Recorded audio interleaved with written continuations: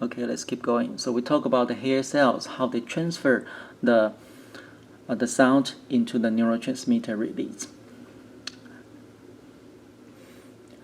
And the sound from the outside through the middle ear go to the inner ear. So it happens around here in the hair cells. And they turn the sound into the neuronal signal. And in the auditory system, everything is mechanical. And if you damage the mechanical those pieces, you can have deafness. So you can have the conducting deafness. That's what happens before they reach the cochlea. And all this, they are mechanical, so they can damage this part or this part, can cause the conducting deafness. If that happens after the cochlea, this is the neuronal part. After the cochlea, they will transfer the sound into the brainstem, into the middle brain, into the thalamus, into the auditory cortex. If it happens in this part, after the cochlea, they call the nerve deafness. Your auditory system have a range, like the visual system. They only pick up the light, the wavelengths from 400 nanometer to 700 nanometer. The auditory, they only pick up the sound from 15 to 20 kHz. If the sound is frequency is too low, the hair cells won't be able to vibrate lower than this, so you don't pick up that sound. Bigger animals tend to be able to sense it, like elephant. They can reach the lower frequency. Higher than that, 20 kHz, your auditory system won't be able to hear it. Some animals, usually smaller animals, they can reach the higher range. If you purchase the dog whistle and you found you blow it, you hear nothing. The reason is the dog whistle produces 30 kHz. And you blow it, you found, I hear nothing. Is it broken? The answer is no. Because every time you blow the dog whistle, your dog is sitting there and hear it. And the reason is, I keep saying it, your perception is not based on the physical stimulus. Your perception is based on the neuronal activity. You produce a 30 kHz sound, your neuron won't be able to generate neuronal activity, so you hear nothing, because all your brain have is those neuronal activity. When you have a 30 kHz sound, the dog, their auditory system, are able to turn the physical stimulus into the neuronal activity, so they can hear it.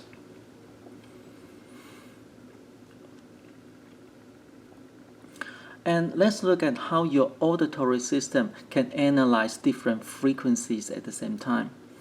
And this is the cochlea, and that's the basilar membrane, so they expand the basilar membrane out.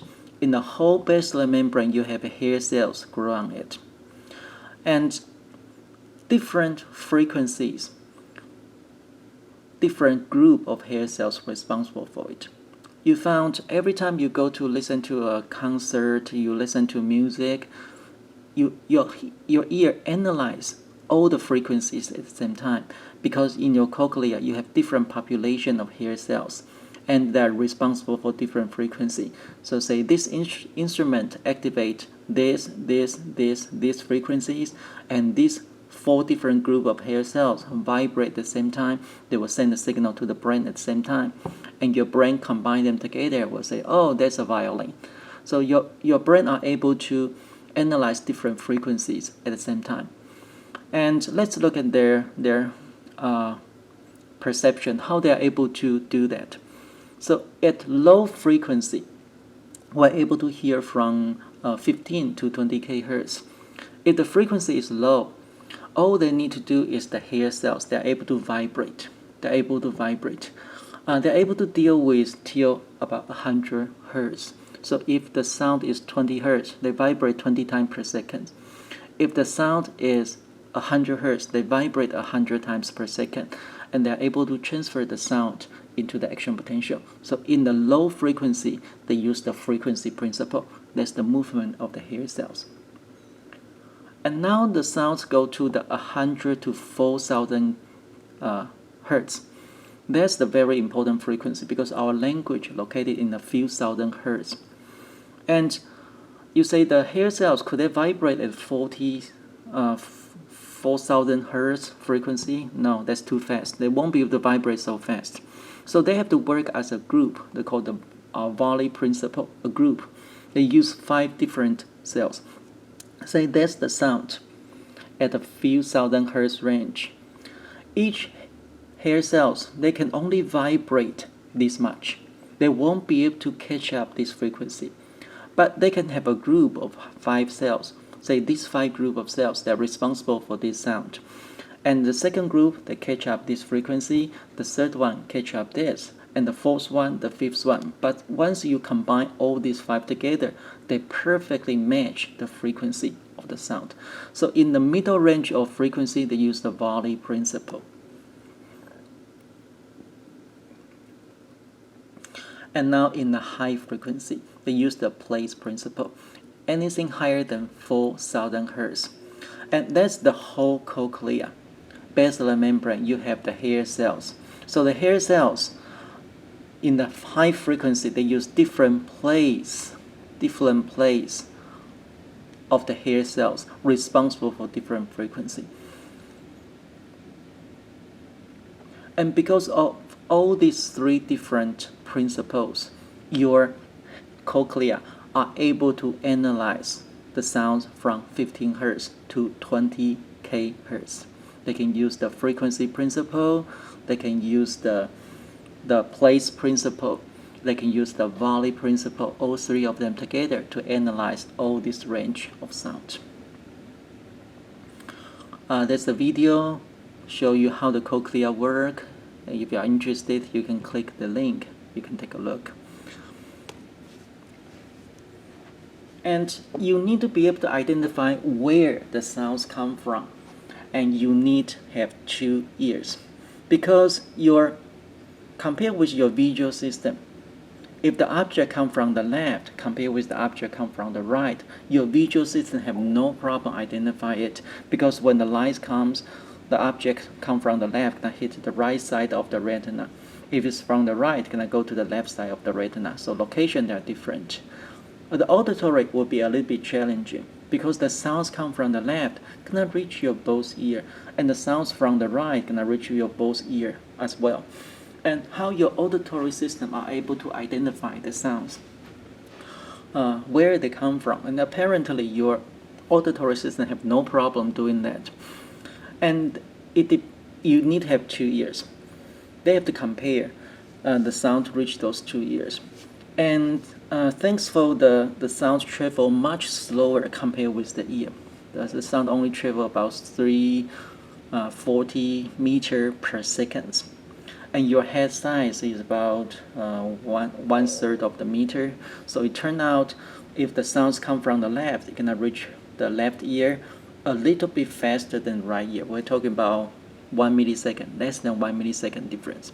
And that's good enough for your brain to say, okay, I reach this sound 1 millisecond than this sound, so I know the sound comes from the left. That's the time difference. And the second one is the loudness difference. The loudness is the sounds come from the left side, gonna sound louder to your left ear compared with your right. The reason is your head block the sound. So it will cause the loudness difference as well. And your brain have those past 20 years of database. So they know, okay, based on where the sounds come from and what's the time difference supposed to be, what's the loudness difference supposed to be, and they can compare this new sound with the old database. That's why we need the memory. Right? And clearly identify where the sounds come from. So your auditory system still be able to do the job and locate the sound.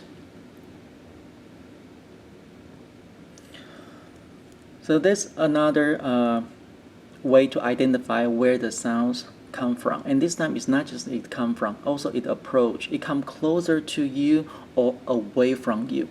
And that's because the pitch gonna change and the loudness gonna change. So you can look at these 2 videos. It show you the train coming towards you and away from you, and it sounds differently. And that's because a moving object, the Doppler effect, and it's gonna change the frequency. So an object, if it comes closer to you, the pitch will be higher compared with the object moving away from you, the pitch will be lower. So your auditory system are able to identify the location of the sound and also the sounds coming towards you or away from you.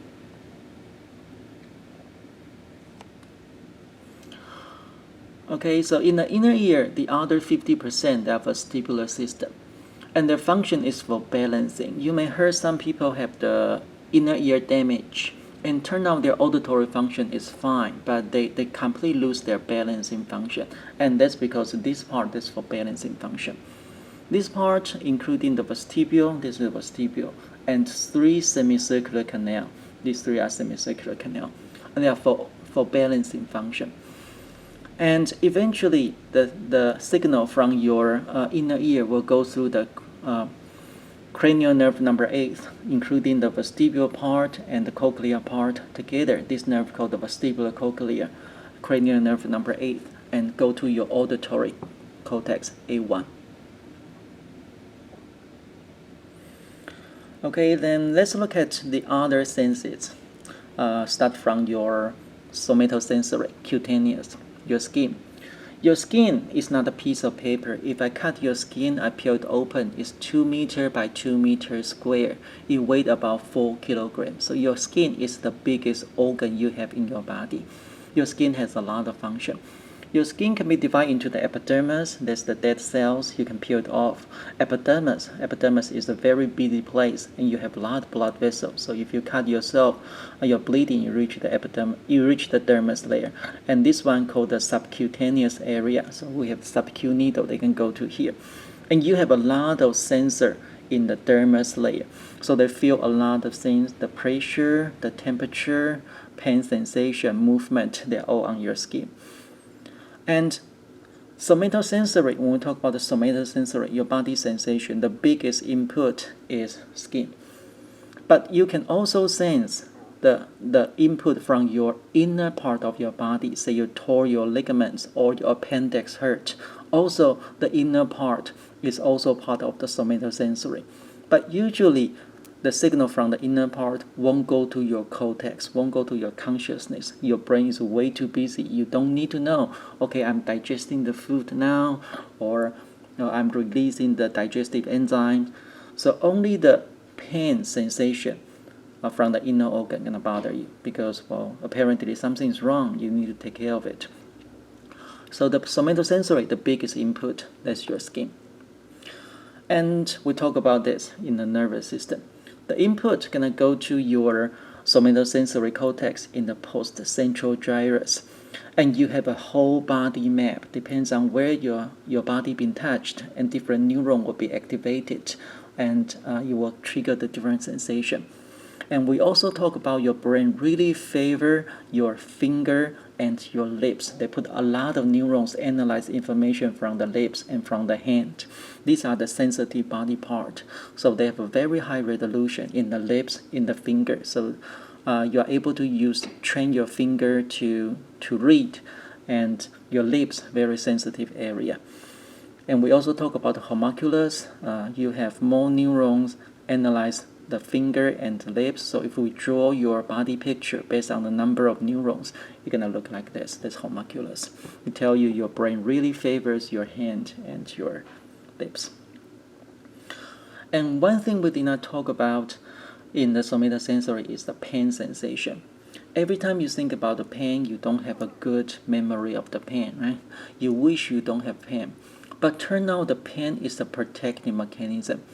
You touch something hot, you move your hand back, you will never touch it again. And that's the purpose of the pain. It teaches you to don't harm your body, so you can protect your body, to increase your chance to survive in this world. And that's the reason you have the pain sensation.